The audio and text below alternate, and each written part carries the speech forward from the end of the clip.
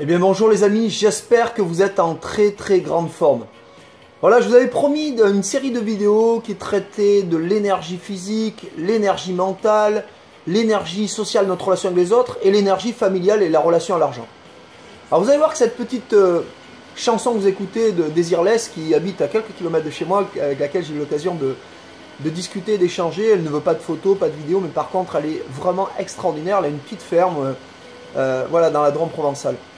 Vous savez, je vous propose de faire un voyage au fond de votre cœur et de votre esprit pour vous demander finalement qu'est-ce qui motive aujourd'hui la qualité des relations que vous voulez mettre en place. Le bonheur, tout simplement. Aujourd'hui, qu'êtes-vous prêt à faire vous-même, sincèrement, du fond du cœur, avec les gens que vous aimez le plus, c'est-à-dire votre famille, peut-être vos amis aussi, mais avec votre famille, votre père, votre mère, vos frères et sœurs, vos enfants, peut-être vos cousins, peu importe.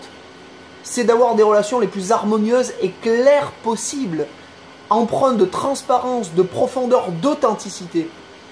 On sait à quel point il est difficile aujourd'hui d'avoir des relations authentiques, sincères et réelles, tellement l'argent, le pouvoir mène la vie de la plupart des gens. Mais aujourd'hui, il s'agit de vous. Qu'êtes-vous prêt à faire pour éviter ces jeux de pouvoir, ce chantage émotionnel qui finalement pourrissent les relations et les rendent beaucoup moins agréables? Quel type de marque de considération vous faites tous les jours aux gens que vous aimez? Tous les jours, mes enfants entendent que je les aime, que je serai là pour eux. Je leur demande s'ils ont passé une bonne journée plutôt qu'à la sortie de l'école. Alors, quelle note tu as eu? Qu'est-ce que tu as fait à l'école? Non, ce n'est pas les premières questions que je leur pose. J'ai d'abord besoin de savoir s'ils vont bien, s'ils se sentent bien dans leur vie. Et si moi, j'y contribue. Parce que parfois absent, souvent présent, mon devoir aujourd'hui, c'est de veiller à ce que tout se passe bien pour eux. Je ne suis pas parce que je suis le géniteur, leur père ou la personne qui les a mis au monde, je suis simplement un guide qui doit leur faire prendre des chemins les plus, je dirais, les plus simplement possibles, efficaces, efficients, et les aider à mieux comprendre. Mais ils ont leur caractère. De là est passée la psychogénéalogie, les gènes, et on a deux enfants qui sont complètement différents. Et c'est ok, acceptons les gens tels qu'ils sont, détachons-nous de tous ces jeux émotionnels, détachons-nous même parfois de la relation pour donner de la puissance par l'amour inconditionnel et pas l'amour transactionnel. Robbins en parle très bien, Carnegie en a parlé dans un de ses livres.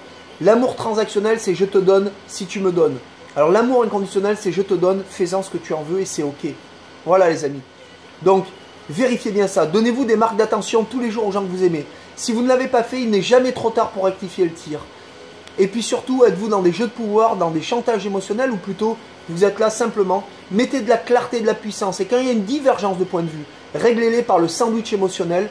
Je vous en parlerai dans une autre vidéo qui permet de régler 98% des cas qui peuvent être conflictuels dans la vie. C'est génial. Et aimez-vous, aimez les autres, donnez de l'amour, donnez des belles énergies et des marques d'attention. Vous verrez que ça change tout dans les relations. Et voyage au fond de votre cœur et de votre esprit parce que vous êtes la solution. C'est par vous que ça va passer. Et si vous avez une émotion contraire avec une relation avec quelqu'un, dites-vous, remerciez-la et dites-vous que ça vous fait travailler vous-même.